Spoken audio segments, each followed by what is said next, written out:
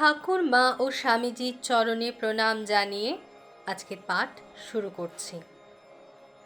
ঠাকুর বলছেন, ঠাকুর যে বলছেন মানব জীবনের শেষ কথা হলো সর্বভূতে ব্রহ্ম দর্শন।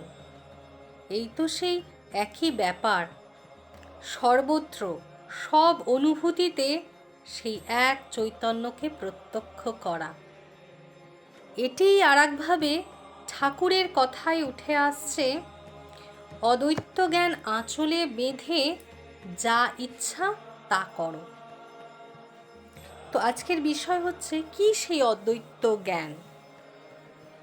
এখানে বলা হচ্ছে অদ্বৈত জ্ঞান আঁচলে বেঁধে রাখা শ্রী শ্রী ঠাকুরের একটি অন্যতম মূল দর্শন স্তম্ভ। এই অদ্বৈত জ্ঞান সঙ্গে করে নিয়ে কেউ ভক্ত সম্মেলনে আসতে পারে, পরিবারের থেকে পরিবারের দেখভাল করতে পারে, কর্মক্ষেত্রে কাজ করতে পারে, সাধু সন্ন্যাসী হতে পারে, গৃহী বা সংসারী হতে পারে। অর্থাৎ এখানে কি বলছেন ঠাকুর? বলছেন যে অদ্বৈত জ্ঞান আঁচলে বেঁধে যা ইচ্ছা সব করো। তো অদ্বৈত জ্ঞান আঁচলে বেঁধে রাখা শ্রী শ্রী ঠাকুরের অন্যতম মূল একটি দর্শন স্তম্ভ।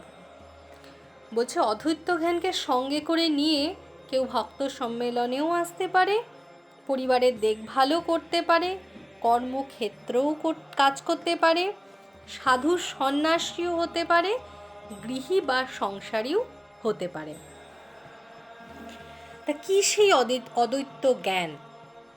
অদ্বৈত জ্ঞানটি হলো ঠাকুরের দেওয়া একটি উদাহরণের মতো। বাচ্চারা খেলার সময় যে স্তম্ভটি ধরে তার চারিদিকে বনবন করে ঘোরে, সেটিকে শক্ত করে ধরে থাকলে কিছুতেই ছিটকে যাওয়ার সম্ভাবনা থাকে না। কিন্তু যদি সেটির ওপর দখল ঠিকমতো না থাকে, তাহলে খেলতে খেলতে ছিটকে পড়ে গিয়ে আঘাত লাগতে পারে। এটিকে ধরে থাকা মানে কিন্তু এই নয় যে প্রতিটি ঘটনায় বা প্রতিটি অনুভূতিতেই কেবল নিজেকে সতর্ক করবার মতো মনে করিয়ে যেতে হবে যে আসলে আমার প্রকৃত স্বরূপ চৈতন্য। তা একেবারেই নয়। কিন্তু আমি যে চৈতন্য স্বরূপ, এই কথাটি জানা থাকলে যখনই প্রয়োজন হবে এটি স্মরণ করে সঠিক পথে থাকা যাবে।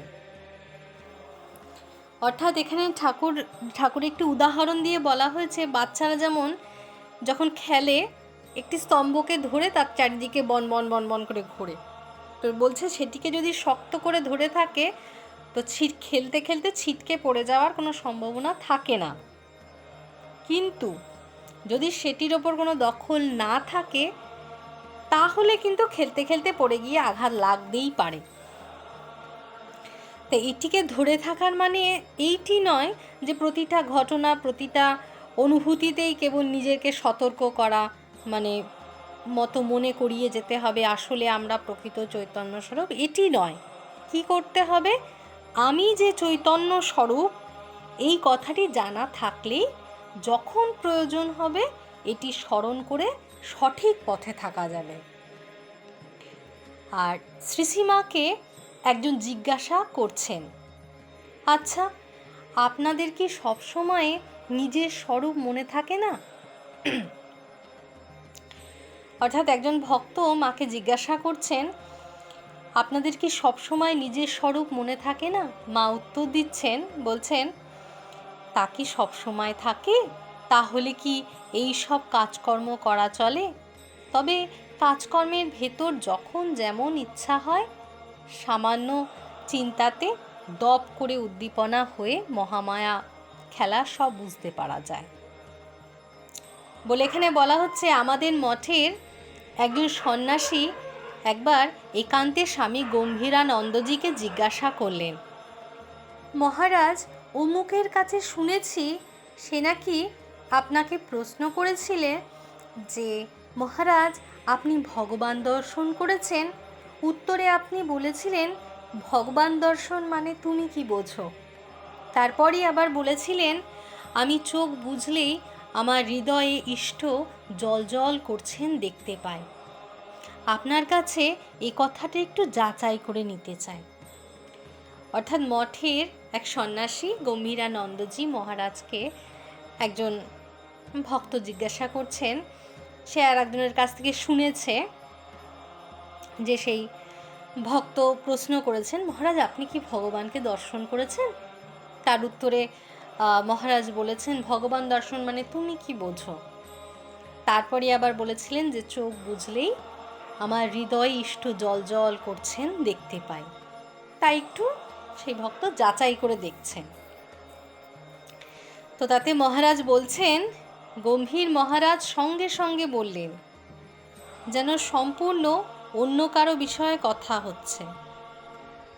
মহারাজ বলছেন, তা ইষ্ট দর্শন হলেই সব হয়ে গেল।